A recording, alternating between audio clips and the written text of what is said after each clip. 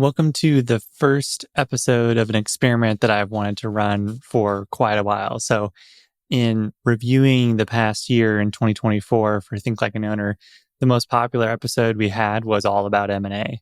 And to that end, I've wanted to try creating an episode that was a compilation of highlights, concepts, and good ideas from various guests into one episode. So, one kind of mega episode about the same length of time, but just multiple ideas from multiple different guests.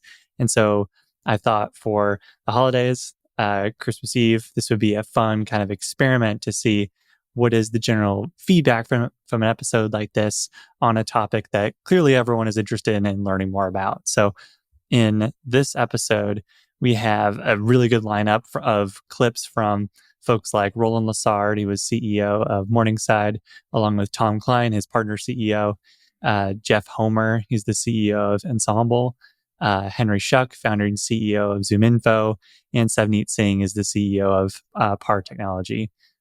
Roland's episode 209, Tom's 220, Jeff 238, Henry 218, and Savneet 207. And I'll walk through M&A and organize this episode by a couple kind of key topics and chunks, if you will. So there's 6 general parts to this episode with about 2 clips each within each part. So we'll go through kind of a high level overview of M&A and why it creates value. And then there's lenses, how are different CEOs viewing M&A? What are the benefits to them specifically? And then we'll go into building out the team. So what team do you need for conducting M&A? What's the foundation you need to get started? Types of integration. I find this one particularly interesting. There's a lot of different flavors of it, and every CEO has their unique style. Deal organization. How do you keep things organized as the process goes along and, of course, gets a little messy? And then finally, working with lenders. What are some kind of tips and ways to think about debt in an M&A context that's useful? So we're going to go into each of these sections with 2 clips each. Each clip is from one of the 5 CEOs that I mentioned. We'll call them out before, and so you have a good sense for what's ahead. So we'll go into the first section here. This is the high-level overview of M&A, and for this, we have the first clip is with Roland Lassard, and the second clip is with Jeff Homer.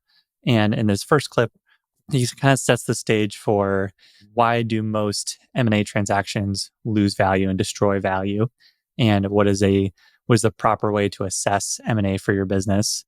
And then in the second clip, it's Jeff Homer, and he runs Ensemble, which is a roll-up of music schools. So he talks about M&A from a consolidation perspective, both of which are really valuable, different strategies, but both valuable and have a lot of concept overlap in their own right. So in this first episode, Roland is going to go over how he views M&A. So I think it's pretty much generally accepted.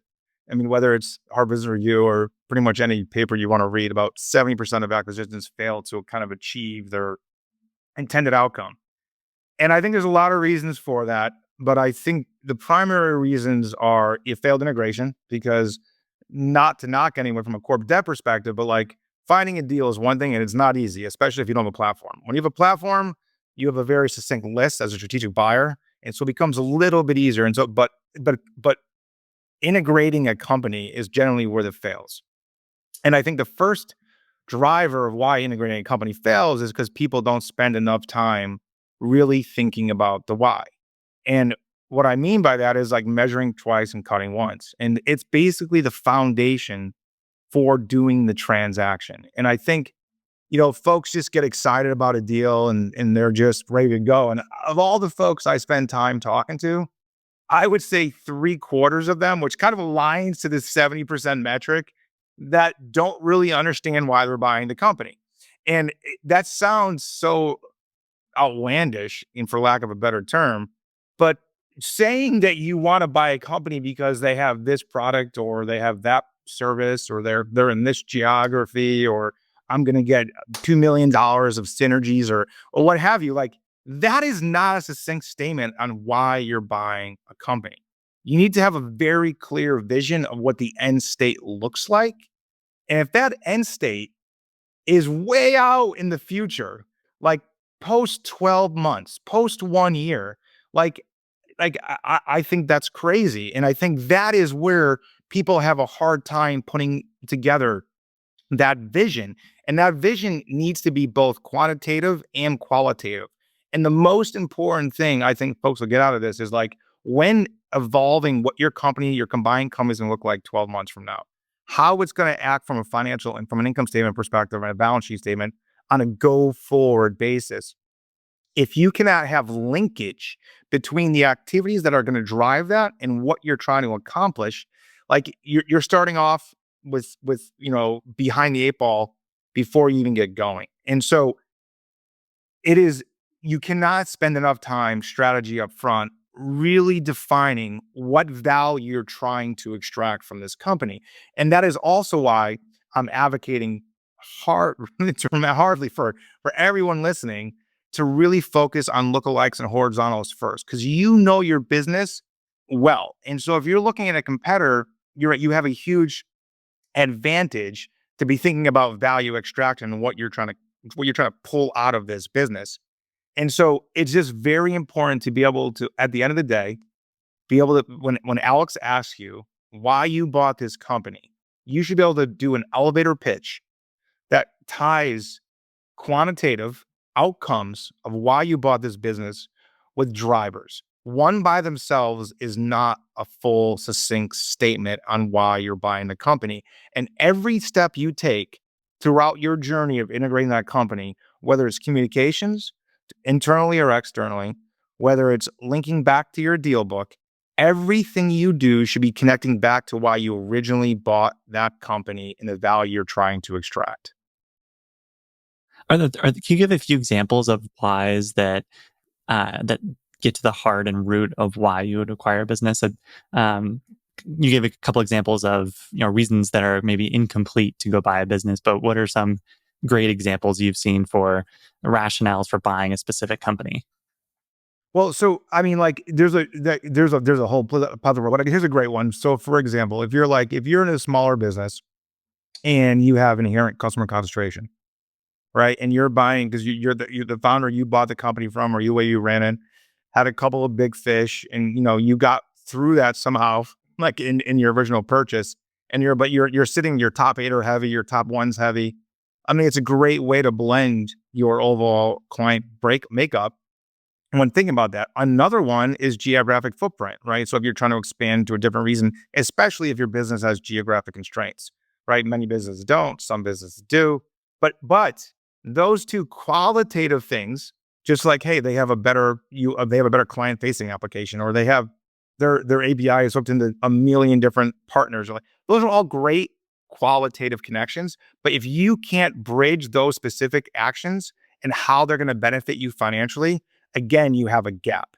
Just like if you sit there and say, "Hey, I'm going to create a ton of synergies on a run rate basis," and they're going to, and everyone's always going to jump to like SG&A salary synergies without really doing the hard work and COGS and other areas. Like, great. Okay, how is that going to impact the overall value prop that you're delivering your clients? So again, the whole point here is you have to have both sides of the equation. You have to have a quant income statement, deal book driven, but you have to have the why underneath that. And from if you're going to lead with finance, if you're going to lead with gems, products, platforms, services, geographic footprint, client concentration, so on and so forth, it has to tie back to financials, which is why another reason when people buy vertical acquisitions, especially at the beginning of their tenure, it is very hard to quantify cross-selling to your current client base when you have, especially if you have no history or understanding of doing that prior. So it's kind of like it's a lot of vapor. And especially when you start getting into like high growth businesses, it becomes even more complex. All right, that was Roland on M&A and setting the stage. And now we'll go into Jeff Homer explaining M&A in a consolidation context. Yeah, I think two things need to be present to have a successful roll-up strategy. I think you're looking for multiple arbitrage. That's generally the driver of roll-up returns.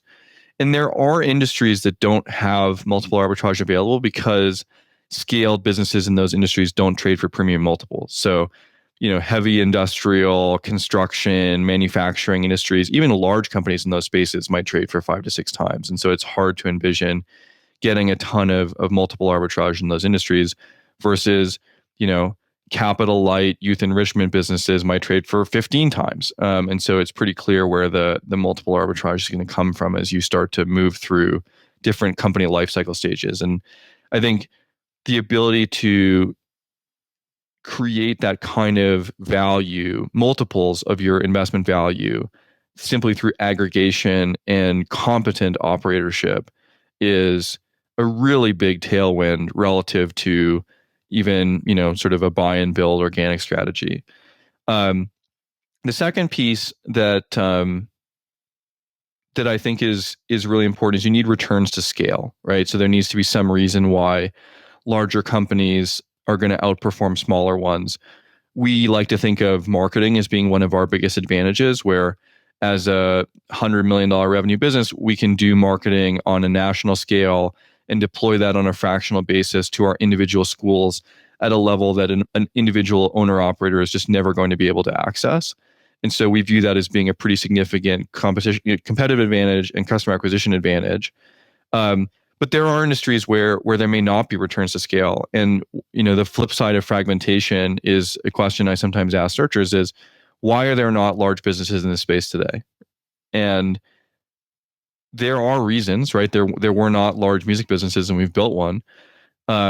But sometimes the answer is that this is fundamentally a personal service and that this can't be aggregated or scaled in some way. So I think returns to scale and multiple arbitrage or valuation arbitrage potential are two things I would be pretty focused on when looking at a new industry. All right, so you've heard from Roland and Jeff on high-level overview of M&A. Next, we have 2 clips, one with Henry Schuck, the ZoomInfo CEO. That's episode 218.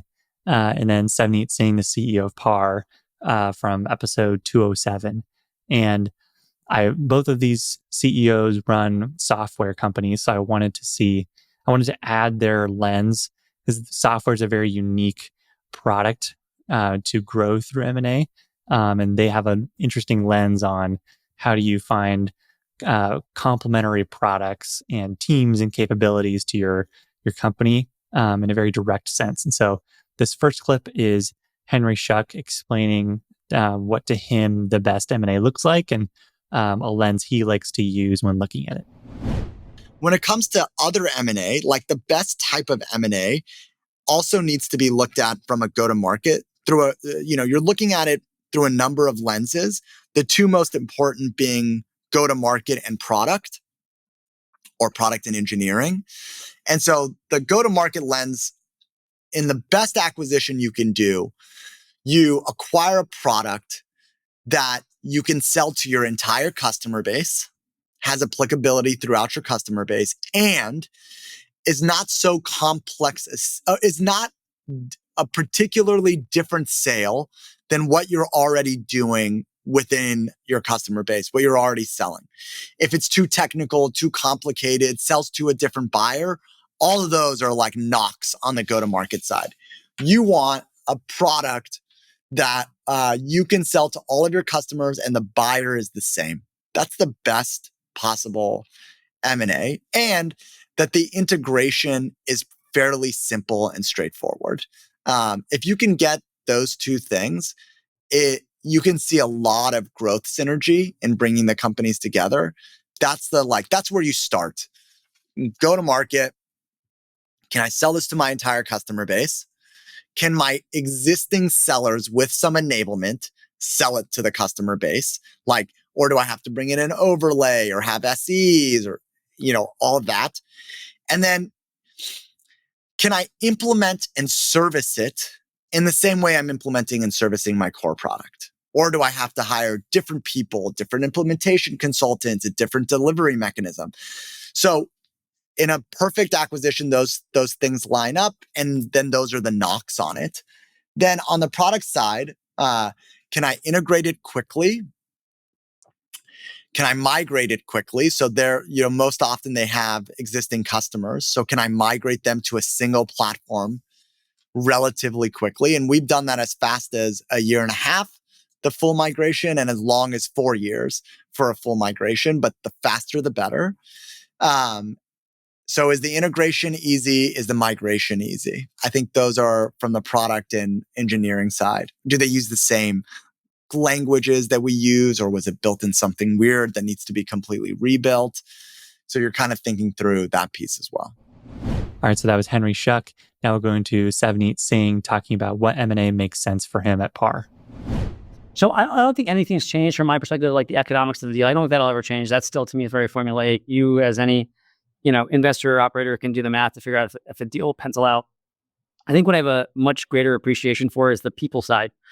Particularly, in technology, where oftentimes the companies you're buying are startups, whether they're 5 years old, 10 years old, 15 years old, they still very much have the heritage of that startup. And, when you acquire a business that's been run by a founder and that those employees now report to somebody else, it's almost like changing churches, or changing religions. You bought somebody else's spiel for a long time, and all of a sudden that person's not in charge anymore. They may not even be there anymore. And now you got to believe somebody else. And so, one of the things that I think we've done a really good job is, like, we've gone to those organizations and we start day one and say, hey, everyone's going to tell you nothing's going to change. Of course, everything's going to change. Your benefits are going to be different. Your logos are different. Your swag is different. Like, your computer's different. Don't go in there saying nothing's going to change, and be really upfront about that. And then be a fantastic listener and listen, because you want to keep what's worked for that organization while then, figuring out what you need to apply. And so, one of the coolest things that I think we've had at PAR is our retention of employees post-acquisition. I would argue is probably better than anybody in software, at the very least. Like, we retain the people that have no business. We have no business retaining, because I think they buy into our culture. We do a really, really thoughtful job of that. The second thing I'd say, if I give a second reason, which is the one that I think other people forget often, is the quality of the product matters so much in software. We have been so lucky to acquire good product. But if you buy a bad product, you can't sell your way out of that. You can't, market your way out of that. And so buying a high quality product that doesn't have loads of technical debt, that can scale, it saves you, it's worth the premium to a degree, because it allows you to build a future. Because if you buy a product, the founders will leave, and then you got a product that's not working. Like, you spend a lot of time fixing the past instead of working on the future. And so those are two things. I think our ability, any company's ability to win the people, create a plan, create that transparency, understanding alignment, and execution is important. And then buying the right product. It's easy to buy revenue. It's much harder to buy great revenue and great product. Okay, so now we've had discussions from Roland Lassard, Jeff Homer, Henry Schuck, and Savneet Singh on high-level overview of M&A, and then lenses to view M&A through. Next, we're going to go into building out your team. So, who are the people on the bus that you need in order to start growing through M&A? And for these first two clips, we have Jeff Homer from episode 238 and Roland Lassard from episode 209. And we'll start with Jeff. And Jeff, his clip is interesting. The context for his is he started Ensemble just by himself. And so he had to build an M&A team from scratch once he hit a certain number of schools. I believe it was about 30. And so he's talking about the support he needed in his team that previously were functions that he was doing, but now he needed someone full-time to work on them. So he goes and explains that. And then the second clip is Roland talking about, okay, once you've got your company from kind of a grade level C to a B, and you're ready to go buy other companies, what key roles in your team need to be there and need to be humming in order for that to work. And so let's go into this first clip with Jeff Homer.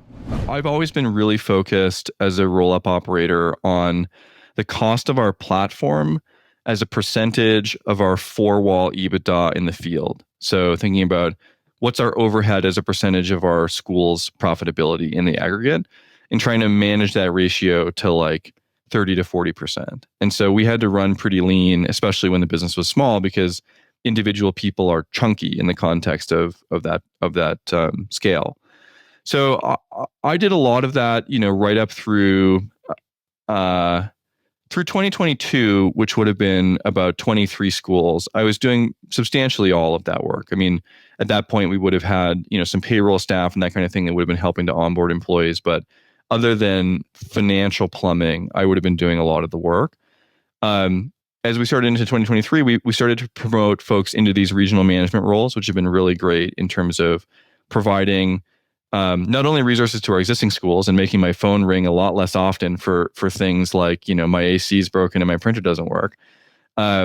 So we've been able to absorb a lot of that, but being able to deploy those folks in new acquisitions has been really beneficial. And then our first M&A sort of corporate development resource joined the company just in October of last year. So that's been a big benefit and a huge step forward in terms of our organization's ability to manage the process of the M&A process from prospecting through due diligence and the LOI and execution phase into integration and onboarding.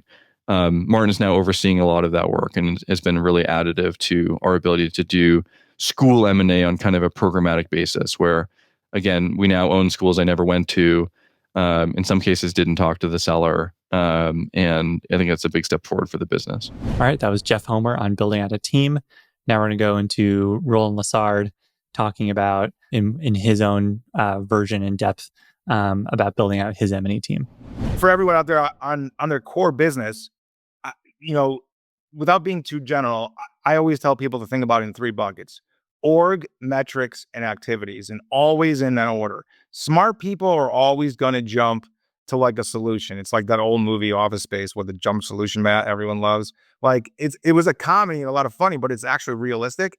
And I think the smarter you are, generally the more often you are going to jump to activity because you feel like you have the solution, you have the activity, let's go. And I always make kind of the analogy like you're driving a car from Florida to back to New York City. And you're thinking about like, everyone's like, okay, what's the fastest route? Should I take 95? Should I go around the Beltway? How do I want to, like, that's the wrong way to start. The first way to start is actually who's driving, right? 'Cause that's a long drive. Is anyone drive the whole way?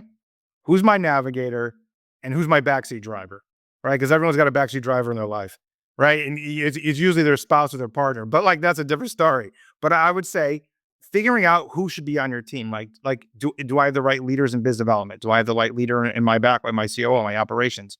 Like, do I need an FP&A function to get going, or is my CFO or my head of finance strong enough to both be debits and credits and also FP&A? So like getting your org chart together is very, very important. And the other thing I would say before getting activities, I think I alluded to this earlier, I call like metrics, but like to me, that's just overall infrastructure. Like, how do you view your business? Like, how are you able to track your KPIs in a very efficient and quick manner? Like whether you're using visualization and like things like Power BI or not, like, can you see and track your business and the success or challenges it's having from 15 or 30,000 feet? If you can't, and you are in the weeds, for every little daily activity, how are you going to acquire a company? I just don't think again, it's possible.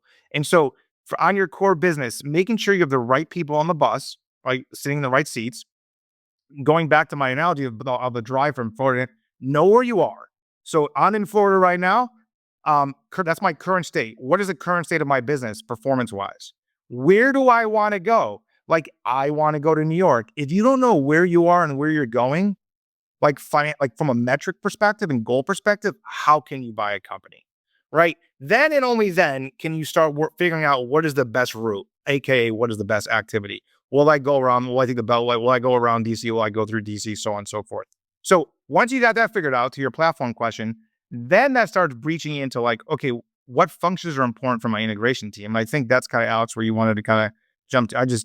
I'm reading you on this one and I'm figuring like that's kind of where you wanted to jump to next. And so that is a very important question. So no different than your overall organization. Think of your integration team like this. And so here's a little saying I like to think about. Like, you're starting with one company. Before you get back to one company, you're going to go to 3 companies. And so your 3 companies are your current company, the company you acquired, and NewCo. And NewCo is your integration team. And that's what's exciting for every member of NewCo, because on NewCo, you feel like you're running and leading a business. And so the same functions that are represented in your core business and the acquired entity should be on your integration team. You should have a marketing function, an HR function, a business development function, technology, whether it's software infrastructure or separate together, again, debatable, right? Like, I don't know, your business. And the same with back office and finance and so forth. And so you're basically running a cross-functional project. And so with a cross-functional project, you need representation.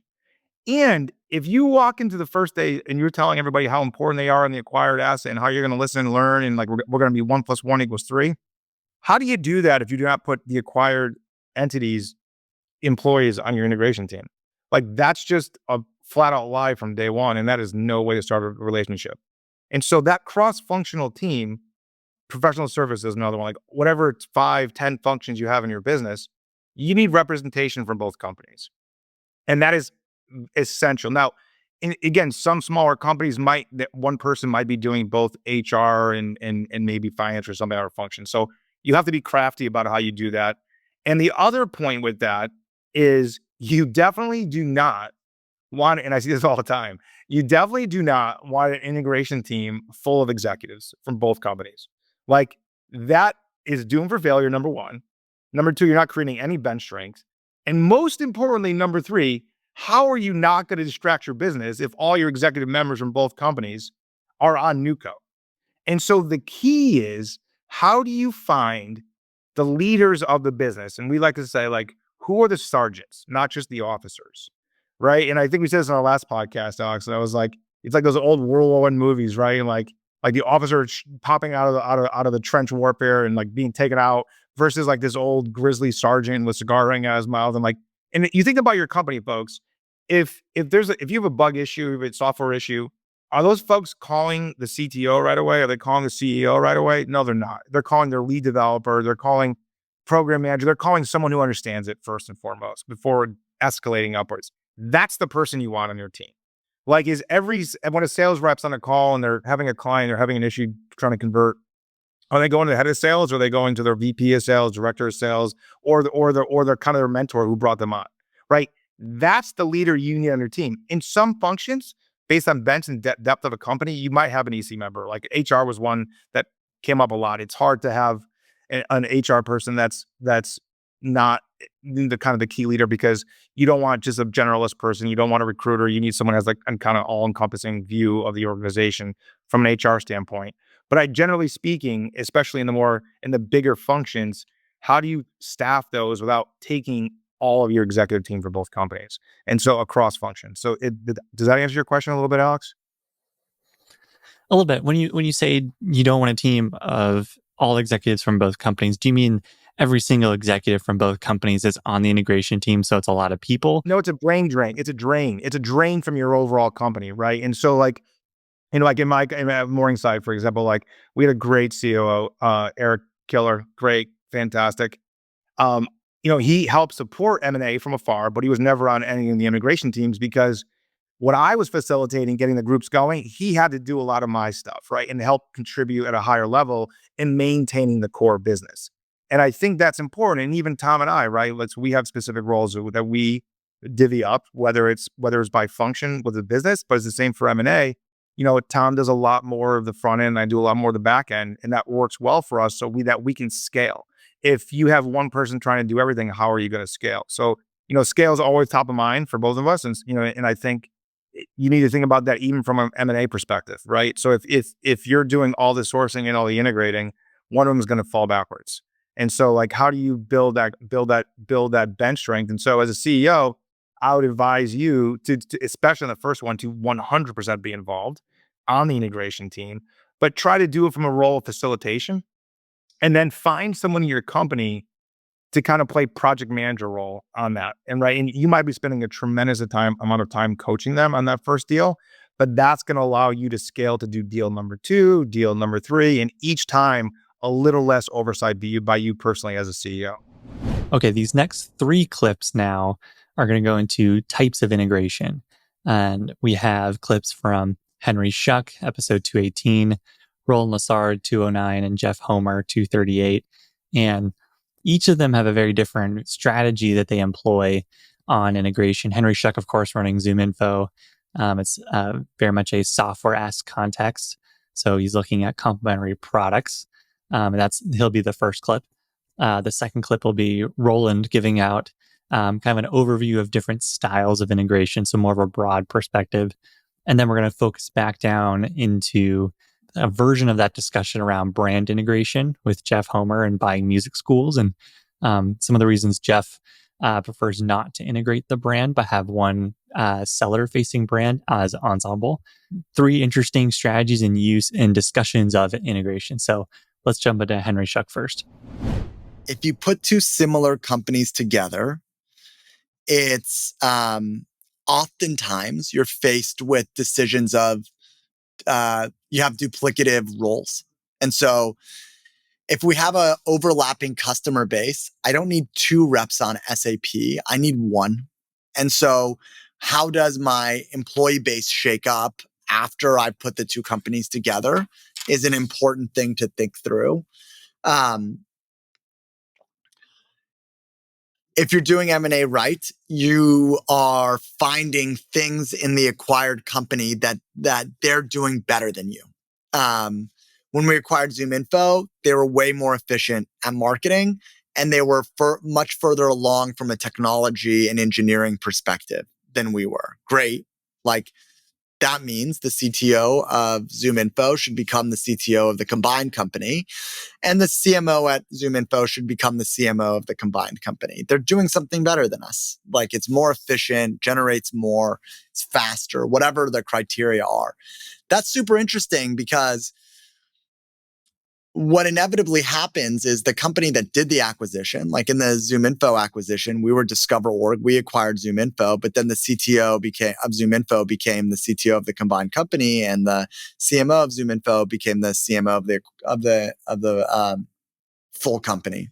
And so then I had a bunch of employees who were like, what the heck? Like, we're the acquirer. What? It's like, what is happening? It's like, look, we're putting the very best possible team we can put together, and I'm going to make decisions that evaluate who's doing something better, faster, more efficiently, and then those people are going to run the combined business. And that means in some places, Discover.org has a much better go-to-market motion. We're going to take over that. And in some places, ZoomInfo has a better engineering motion. They're going to take over that. And so communicating that to your teams is super important. We're building the best team. It's not like a conquest because we have like more to do after that acquisition. And then sometimes there's duplicative roles, and you have to make tough decisions around those too. It sounds like you'd make these decisions really quickly and often have a good plan put together before you close. How do you get to that conviction before all the papers are signed? So you are meeting, you're meeting the executive teams. You are understanding, like in sales, you're looking at numbers. You're looking at how people are performing. There are some places where, you don't need 2 CFOs. So that's always like a fairly easy one. You don't need 2 CMOs. And so you have access to a bunch of data during M&A that'll help you make those decisions. And then you can ask to meet people on the team before the deal closes to see if to gain or lose conviction in your perspective. Then there are some and then I think the best advice there is once you've made the decision, you have to communicate it immediately on day one, in my opinion. I think the worst thing you can do is show up. Obviously, the first day, everybody's going to go like, are there going to be layoffs? Are you firing people? Is my job in jeopardy? And if you can't be really clear about that answer, you slow down the opportunity in front of you because everybody's going to be nervous. Everybody's going to be like talking about who they think is on the chopping block or not on the chopping block, or just creates this really crappy culture. And you have an opportunity up front to have your decisions made and show up and say, listen,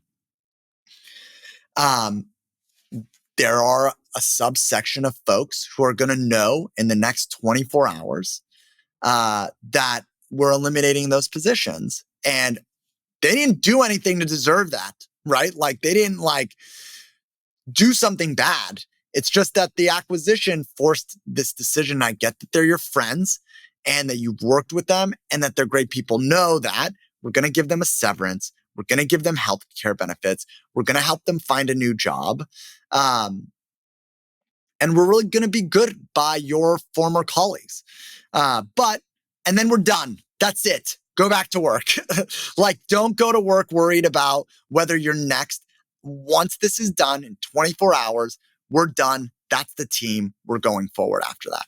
And I think that level of clarity is really important. All right, that was Henry. Now we're going to have Roland Lessard give an overview of the different styles of integration at a higher level.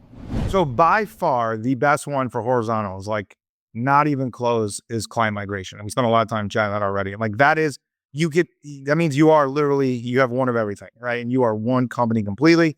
I don't care if you're sitting one office or one group of folks is in India, one's in Israel, one's in the US, one's in doesn't matter. It just doesn't matter. You're one company because you're on one stack, one application, one platform. You're offering the same set of products. Maybe you got one new product, whatever. Like that's what you're offering. So that's a lookalike. Very, very simple. You will always go deeper on synergies in that mindset than anywhere else. Period. Like because you are literally going as deep as you could possibly go. Kind of the alternative, which I explained, is like, a systems integration where like the back office and how you make your sausage is completely aligned, right? Like say like, hey, this is how this works. But for example, there's certain feature functions that I can't get done in time, or I bought a company that's got, some mega clients that, like, this is an example for me personally, where I had homegrown systems that were hard coded, integrated, like to give them an experience that was similar or better was going to take time. And if I waited for all that, everything hangs in the balance. My time bench goes over a year. Many people sprint to stop. And talk about demoralizing. There's like, think about your own life, like sprinting to stop is like the most painful thing. I don't care if you're running or doing anything in life, that's painful. So you make a choice and say, okay, like on the back office, it's gonna be like, I'm gonna have like a cloak, or I'm gonna have in for the client. So they're gonna think everything is the same, but behind the curtain, everything has become one, right? Everything except for my platform and the stack hosting it, for example, and kind of a tech and people business, services business. And that's okay. You'll get 85% of those synergies and value that you wanted to create, but you won't get that last 10 or 15%. And you need to keep expertise on an application that you don't want anymore, right? So not only do you have the cost of those individuals to do that, like your client-facing folks, if they're covering clients on both applications, need to know both applications. Like there's an opportunity cost, there's a bandwidth cost. And so when I say 80-85%, like your synergies might be like, well, wrong. There's only like 5% of my synergies left, or 10%, just the hosting fees and this. I'm like, no. There's a lot of hidden costs with that. And so what I call that would connect to the hybrid model, where it's like, okay, as part of the integration, we're going to do the system integration. And then once that's all done, and our deal is done, now we're going to, for the last 10 or 15%, as second initiative, we're going to do a client upgrade project, a platform consolidation project, as kind of the hybrid approach. Like you don't want to do one without the other. And the other bucket, and for those folks out there doing like holdcos with like very different end user client bases, like, which is a whole separate beast. Like, if there's not a tremendous amount of cross-selling and overlap, and you're basically just holdco in two different businesses, like you're more of a consulting approach, and I'll call that business enhancement, where you're taking a business and you're getting some shared services leverage. You're optimizing and realizing like, hey, like I got a better contract on legal, or my expenses are consolidated. We're gonna move from AWS to Azure for both of us, so I can get consolidation on my hosting fees. Like I'll do some stuff on the business enhancement stuff, but like I'm really still running two separate businesses. I need a separate GM or MD to run that business. So you're not going to get nearly the synergies that you're looking for. And again, in some holdco models that works. But if you're an entrepreneur looking at acquisition like that, I would stop, breathe, and then go back to how we started this conversation around value extraction. Is this the right thing for your organization? And I think unless you have a very specific thesis around a holdco model, it's not a good deal, right? Because why do you want to have that distraction to your core business? If your end buyers, that's a great way to test it. Are your buyers the same? And if they're totally different, like take a pause, especially in your first deal. Like, is this the right time to do something like this? And the answer is probably not. All right, that's the overview from Roland. And now we're going to jump into Jeff Homer talking about brand integration in his consolidation of music schools. It's often the first thing people notice about our business is that we don't do business as ensemble anywhere. Ensemble is a brand that exists solely to face sellers. Again, we came to that not through deliberate thought and foresight, but because our first 5 school acquisitions were Denver, Las Vegas, Tampa, Boston, and Chicago. And there weren't any geographic synergies there or any reasons to, to do rebranding at a local level. And so we just went with what we had. And we found a couple of things. One, our parents really like the idea that they go to a local boutique school, even if that becomes a little bit more of an illusion rather than a strict statement of fact under our ownership. But they're not looking for McMusic or McDance type experiences. They're looking for something fun and local. And in a lot of cases, we're buying businesses that have been in their community for 20 years. So to come in and sort of paint over that with an ensemble brand that doesn't mean something in that community yet, one is disruptive and sort of signals our arrival in a way that we actually try not to. We try as much as possible for the transition of ownership to be invisible to the clients and for them to find out about it months afterward, typically when somebody else gets up to speak at the performance opportunity. Like, oh, well, what happened to Miss So-and-so, the former owner? Oh, she retired months ago. At that point, their presumption is, well, I didn't notice, so it must be fine. Versus if you announced it up front, all of a sudden their antenna is up and the next customer service failure of a garden variety becomes the fault of the acquirer, and because everything is now terrible and you've ruined my experience at this school, even if this was something that was just sort of going to happen anyway. So we try to be really quiet about that. The unexpected benefit, but maybe obvious in hindsight, is sellers really value this. So we've actually won deals away from acquirers that would have been more kind of franchise operators and would have rebranded the locations, where the sellers really value the idea that this name that they've spent 15, 20 years to build is going to stay on the business, and that they can come back in 3 to 5 years and recognize the business that they built and see the same people there having great experiences at their school that they've helped to build. So I think today that's a really core part of our strategy. I think to answer the question about where does that make sense and where does it not, is to sort of ask yourself whether your customer prefers whether size is an indicator of quality in your market, right? Because in some places it is, in some places it's not. In the performing arts, there's an inherent skepticism of anything that seems large or successful. So, any amount of money making must mean that it's not authentic. There's this whole idea of selling out, right? Like that any amount of financial success inherently compromises artistic integrity. And so we really lean into the local brand and go so far as to obscure a little bit our ownership of some of these schools. Conversely, there's lots of places where bigger is better. And I do have a presumption that if there's a big brand standing behind a service promise, that I'm more likely to get the service that I'm looking for, especially in things like home services, where I think that makes a lot of sense. And you buy the business, you get the crew, you just sort of fold in the team. You keep the old phone number and website active maybe, but it routes to the new call center, and it just sort of is a lead gen business. So yeah, I think the question to ask is, is bigger better in your industry? There will be some where it's not. There will be some where it is. And I think that's a helpful starting point in terms of whether rebranding is going to be the right path. All right. So in this 5th section here, we have 2 clips, one from Roland and one from Jeff Homer. Both of these are focused around deal organization. So how do you organize your process and then refine it over time? This first clip is with Roland. Throughout the episode with Roland, he was talking about this deal book that he would assemble, and it's org charts before and after. It's financial integrations, it's operational and product and brand integrations, and all the documentation they need, and FAQs for employees that they assemble prior to an integration. And so Roland is going to go through some of the details around creating that deal book, and then the second clip is Jeff Homer talking about streamlining the process. So he's bought, I think, like 70 plus music schools. So he's had a high number of reps. And so he's streamlined his process substantially. And he talks about templates being a big piece of that. So let's go in this first clip with Roland on talking about his deal book. From a deal book perspective, I think to me, it's kind of like this, like the summation of all these pieces we're talking about, right? And so if you're thinking about your value extraction, right? Like, hey, what's my core financial, picture of this business? And I'll give you more detail on that. But like, this is like kind of how you memorialize all that.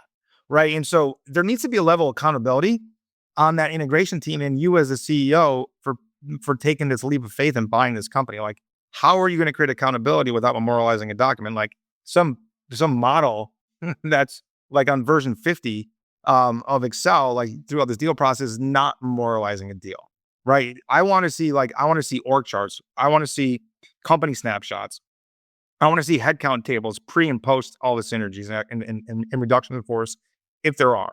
Like, I want to know how we're going to migrate. I mean, how we're going to integrate it. Are we going to do a client migration?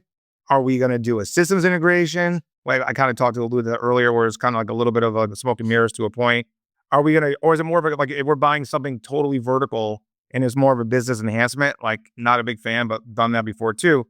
I want to know what the client migration plan, when's it going to start? If you're buying a company in January, you are not migrating clients in February. I could pretty much guarantee that right now, because you have features, functionality, alignment to get done. You got to align a lot of things beforehand.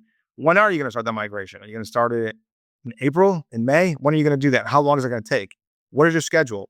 What clients are going first? Which ones are going last? What's your client count versus your revenue count? I want to understand both of those, because your client count is going to move a lot faster than your revenue count. I can guarantee that, because your big fish are going to move last. Because you want to, just like buying a company, you want to cut your teeth migrating clients that are smaller and less valuable, because if you screw up, it doesn't hurt as much. So that plan should be in there. Obviously, your financial summary, right? Like, so your run rate synergies, your prior year financials, your year over year, and your realized. Again, integration team's number one focus should be run rate, but realize matters, including cash and what you're spending. So another component of that would be like, what are your one-time costs? I see that missed on the majority of deals I look at, and thinking about, like, okay, if I have severance, how am I backing that in, right? It might be an add back one day to your bank, but like, that's real cash, right? And so, like, understanding what those are and then not allocating money for that is a risk, right? Especially when thinking about retention bonuses and stay pay, right? Because so you might have an individual that becomes very aware, and you're very aware, like 3 months from now, they're not needed, right? Once I migrate these clients, like there's a whole bunch of folks not needed, but in the interim, like, there could be someone that I might pull a trigger on too fast. And again, that goes back to penny wise, pound foolish. Have some money in there. You know, I'd rather pay someone that was important from that I needed for 3 months, but really needed the first 2 months, and pay them for 3 months. Like, it just, to me, that's de minimis from a perspective of a damage of having that knowledge gap loss, right? And I think of a lot of technology folks from that perspective. On retention pay, I like to think about client facing folks. And so if someone's got a strong relationship, whether they're great or not, if they're not great, your focus should be, okay, I'm longer term, they're not a good fit for my business, but how do I transfer to that relationship in a very succinct and common way, right? And day one, the first thing you're telling your clients is your client contact is staying the same, your price is staying the same, everything's staying the same in the short term. You cannot change that. So if you need that person for X amount of time, make sure they're happy to stay. And if you need financial incentives to do that, do so. But that should be documented in your deal book on your one-time bucket cost. And then obviously, last but not least, is a returns model. So, I mean, those are kind of covering the main buckets, but like things like headcount tables and org charts are so essential because they visualize what you're trying to accomplish. Kind of like your key tasks by function are so important also. And I think about those folks when you're running a deal and building your deal book. Those should be like 15,000 foot level. So like, here's a great example, like sales function. I need to consolidate my CRMs. Okay, that's the goal, right? I have to consolidate CRMs, right? How you map fields from Salesforce sales, or how do you do this, how you do that, like that is for your sales, your rev ops team to figure out, or your sales business, like who's ever in charge of that application or that platform within your business. That's a 5,000 foot level. They'll know more than you do on how to do that. And if they don't, you have the wrong person, or you shouldn't be a CEO. They should know better than you. However, you should be smart enough to say that is part of your accomplishment, your goal.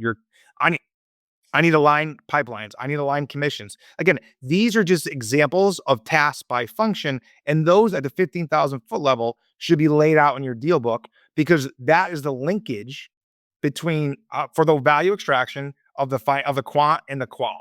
And it's like, how are we going to go do this? I need to be on one platform. I need to be on one stack. I need to be on one communication. And that's an earlier thing. Like, you can't have some people on a Google package and other people on Microsoft package and think people are going to communicate effectively. It's not going to work. And so, like, that's a goal for your infrastructure group, but also your HR group, because you have to deal with people for that stuff. So, and that's where these things start overlapping. And, not to jump too far in tangent, but like, when you think about your integration team and you as a facilitator, one of the most important things you can think about when people are just of discussing tasks and activities is highlighting where things overlap. And so, I mean, like I can give you a billion examples, but one could be as simple as like, hey, our brand's going to change, right? Like, okay, like, well, who does that affect? Right. Or like, guess what? That's going to affect finance group even on invoices, right? Like things that I use that example because it's so small, people don't think about it. And they're like, all of a sudden, like, hey, we co-branded or we did this, and all of a sudden the invoices are still going on the same way. No. Like even that little thing matters. So your finance person in that integration meeting needs to be listening when marketing is giving an update. The sales folks need to know when that invoice shows up, it's showing up looking at a different format. And they're aware of it. So the client calls me like, hey, why does my invoice look differently? They're not surprised. They already have an FAQ ready to go, walking through why it looks different and why the pricing hasn't changed. Like important concepts when it comes to overlap, Alex. All right, that was Roland. And now let's jump into Jeff Homer on streamlining his M&A process. The obvious one is just templatizing things, right? So every stage of the process has a template that goes with it. Every time we make a mistake, it gets added to the template. It gets caught in the future, hopefully. One of the unexpected benefits I find, or I have found, is actually that sellers trust us more by virtue of those repetitions. And so when we're trying to make an argument about such and such is a market term of a deal, or this is just how it's done, people believe us at 70 schools in a way that maybe they wouldn't have when we had 1 or 2 or 5. I do think for any roll-up entrepreneur, the difference between talking to a business owner owning 0 of whatever you're talking about and owning 1 of whatever you're talking about is transformative, right? You're all of a sudden incredibly more credible. Sorry, I've used incredibly twice in that sentence, but I picked up what you put down. yeah, you're significantly more credible to the, in that first conversation with a seller when you're in the industry versus when you're not. But there's also a big difference between owning, 5 and owning 50. And I think as we've gotten up that curve, we've been able to push for more of what we wanted in terms of deal structure and terms. So, one of the biggest challenges we find in the lower market is sellers don't retain appropriate counsel to do their M&A deal. So they're like, well, you're a lawyer, so can't you do my M&A deal? Like I need a lawyer, not realizing that lawyers have specialties. And so they hire their divorce attorney to do their M&A deal. And we have to guide that person through a process without making them feel dumb for not knowing, but also, without having to, get outside of what is typical for an M&A transaction. So yeah, I think we've built strong templates at the pre-LOI data request phase to do our financial due diligence, to do our LOIs and our post-LOI due diligence. Our integrating and onboarding is very templatized, both in terms of handover lists, like things that people need to give us in advance of closing, and then also post-closing integration. And a lot of that now, again, is truly automatic and happening in a way where the organization has built capacity for that. That's not dependent on me personally to go do that. But yeah, and like I said, an unexpected benefit is that we get more of the benefit of the doubt now by virtue of our reputation than we did at the beginning. All right, in this final section, we are going to be talking through working with lenders. And these 2 clips are with Roland Lessard and Tom Klein, who are partners at Morningside. And they employed debt in a really ambitious way. And each of them focused on different aspects of working with lenders. And Roland has he's the first clip. He has a high level overview of benefits of working with debt and how that plays into an M&A strategy. And then Tom in this second clip talks in a little bit more gritty detail about once you have got enough reps and can prove that you can execute on synergistic cost savings, how can you work with a lender who will give you some credit for that? So this first clip is Roland, kind of do's and don'ts, key takeaways about debt. And then we'll have Tom talking about details of working with lenders. So first clip with Roland. Obviously, I think everyone that's listening to your podcast has a lot of respect for leverage and how important that is for maximizing return. So there should be no debate amongst any of us, and anyone can build a model, even a business that's growing 10% with a small margin improvements and some leverage. You'll create value. Just again, you'll enhance value largely with leverage. However, I think everyone will be shocked when I say this, and so I'm a big fan of getting to a flywheel, and Tom is, and that's kind of how we did it. in both of our past lives together. And so upfront, I see a lot of folks requiring additional equity in the first year or two. And, to me, that's a foreign concept. Like I never even thought about that. Like as an operator myself, like going back to the well, you can only go back to the well so many times in your life. And I don't care if it's for good things or bad things. It's not something that you should want to do. And so my only pitch to folks would be like thinking about that first year or two, right? The first year and a half, 2 years, I was mentioning earlier, getting your business from that C that you sold everybody was an A, and making sure it gets to a B. And like, what do you need to make that happen? During that first year and a half or 2 years, you're also going to put cash on the balance sheet, right? And so all of a sudden you get your first deal and you got a little bit of cash on the balance sheet and debt, and now you're moving, right? And then the next deal. So, like Tom and I, the last deals we did, they were all 100% leverage. 100% leverage. Like, the first one, again, cutting our teeth, maybe a little bit of a mix.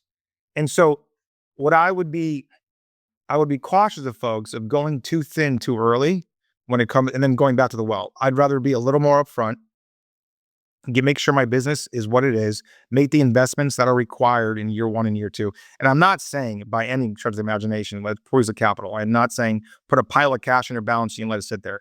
That is not a good use of capital.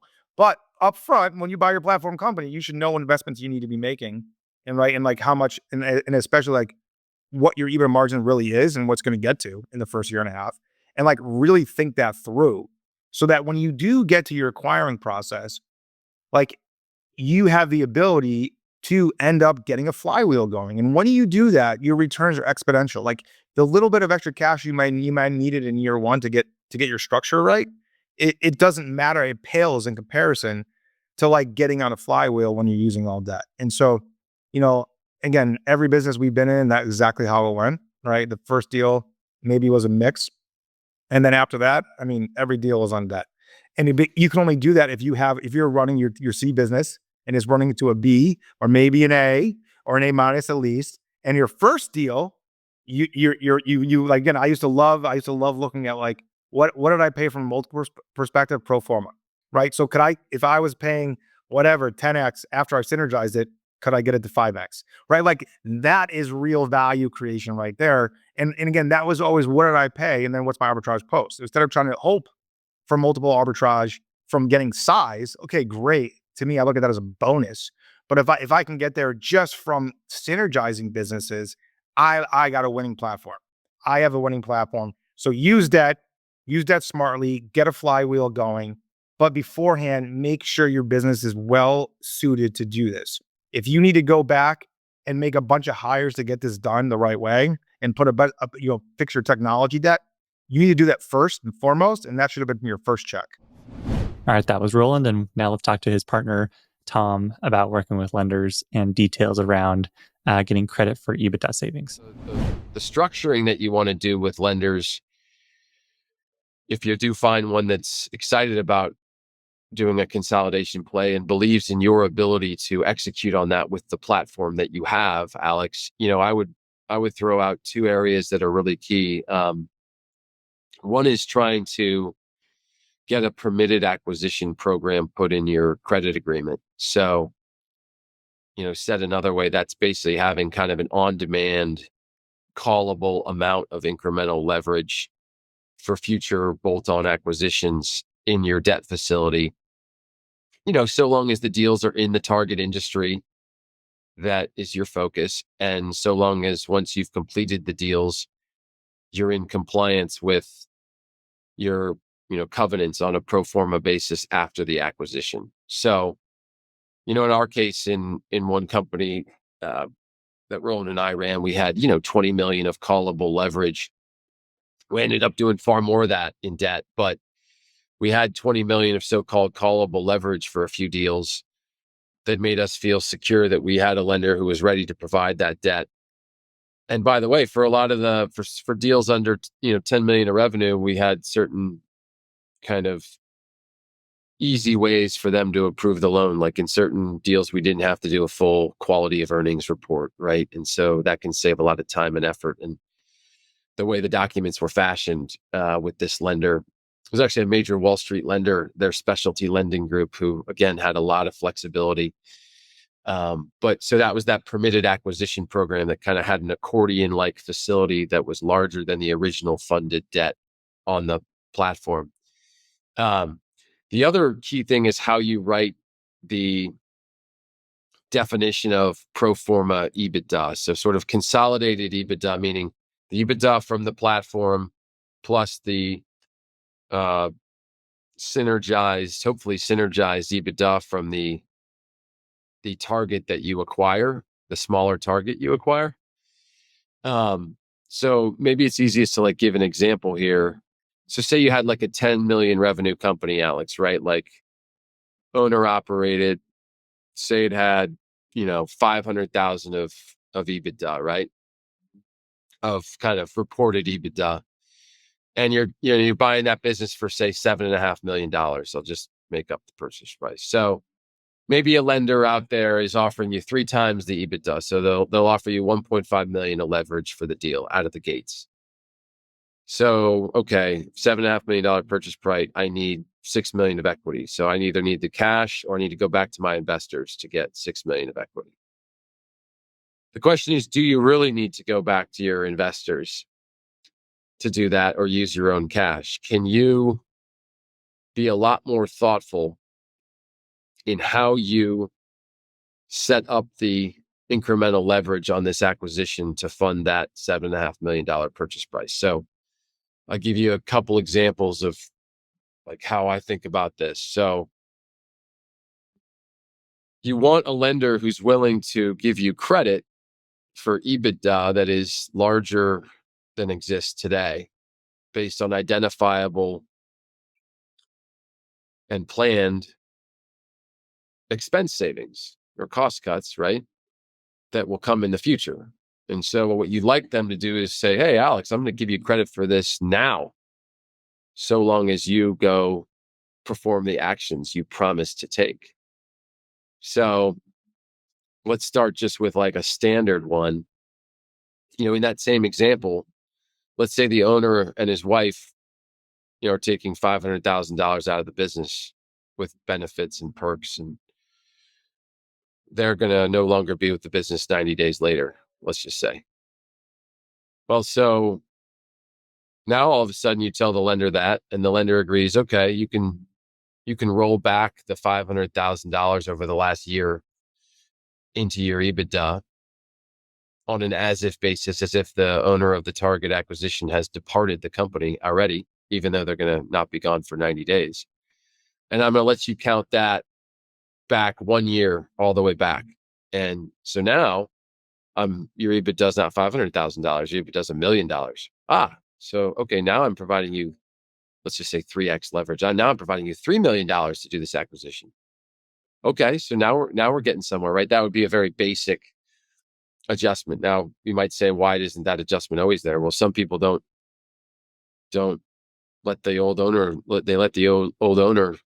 stay in place, which, 19 out of 20 times is an absolutely horrible idea as a horizontal acquirer, which we can talk about. But anyway, that would be a standard adjustment. Then you get into things, Alex, like advanced adjustments, where let's say you have some planned senior executives who at your company or the acquired company, where after the deal is done, you aren't going to need 2 COOs or 2 CFOs. And, maybe that means your CFO is no longer with you because this CFO at this other company is amazing. Or maybe the COO at the target company is going to need to go or wants to move on or wants to retire. And maybe there's some facilities that are going to be redundant, or maybe there's some accounting teams or technology teams where everyone's not going to stick around and some people want to leave, or you have a much higher performer in one company, right? And you don't need both. So if you plan to take actions where you're going to have a smaller number of people, whether via retirement or, voluntary quits or terminations, say 60 days post closing, what if you commit to your lender, hey, I'm going to take these actions within 60 days. So there's $500,000 of cost savings there. Can I get some more debt for those cost savings?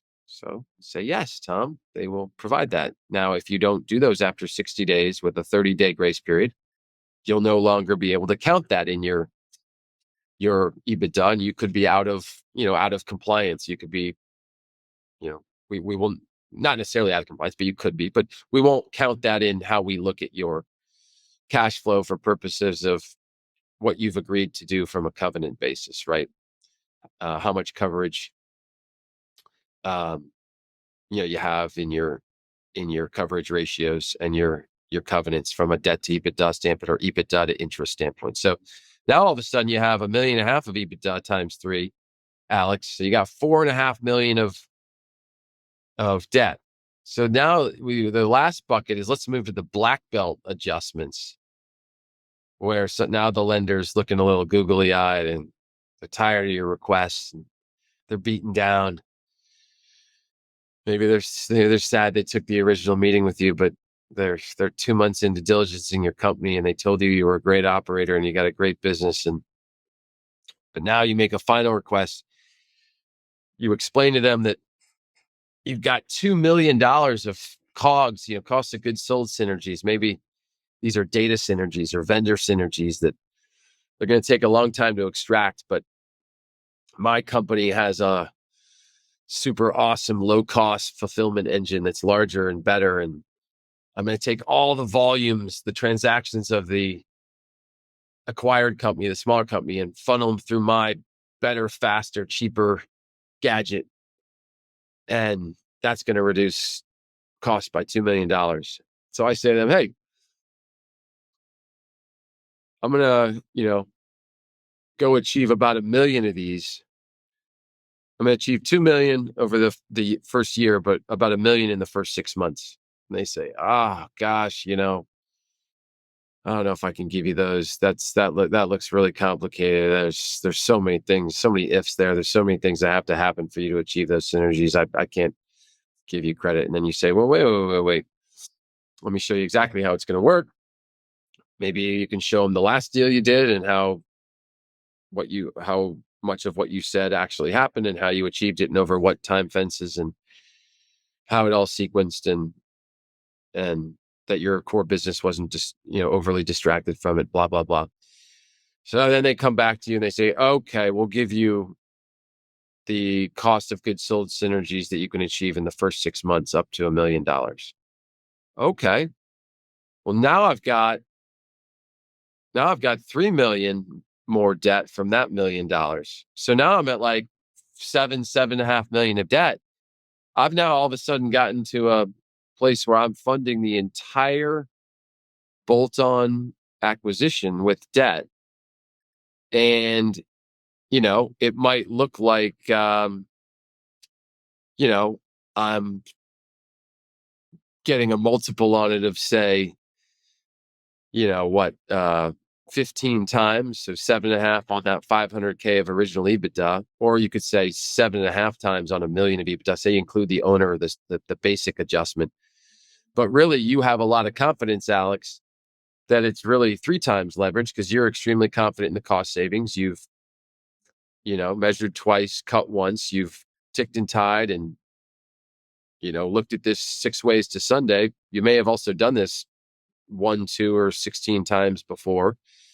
And you're confident you're actually only putting 3 turns of leverage on it because you're confident you're going to have 2.5 million of EBITDA, or even more. In the case example I just gave you, if you got all those COGS synergies, you've got 3.5 of EBITDA. So it's this asymmetric situation where the lender's saying, you have 500,000 of EBITDA, and I'm saying, no, we're going to get to 3.5 or 4. And okay, we settle on with various conditions and time fences. I'm going to give you credit up front for 2.5 million of EBITDA, right? And that stuff is enormously powerful in creating another whole flywheel around basically being able to use de minimis or small amounts of equity to finance these acquisitions in a setup where you have a really good synergy machine working and the timelines. You know how to measure the cost savings and where you have real buy-in from your core platform team. All right, and that was that. We had 6 sections, all about M&A. We had the high level overview. We had lenses of M&A, building on a team, types of integration, deal organization, working with lenders, 5 phenomenal CEOs, all of whom I admire and had phenomenal episodes with. And I hope you liked it. This is the first time I've ever created an episode quite like this. I want feedback from you. Did you like this? Was this fun to listen to? Or was this a valuable summation of concepts from other episodes that I thought would be valuable to assemble? I've thought about doing more of these. I think you could do more around product teams or sales or hiring or specific executive recruiting or executive roles. I'd love your feedback if you want to hear more of these, or if it wasn't valuable. That's also good to hear. So anyhow, please let me know. And thank you for listening. Take care.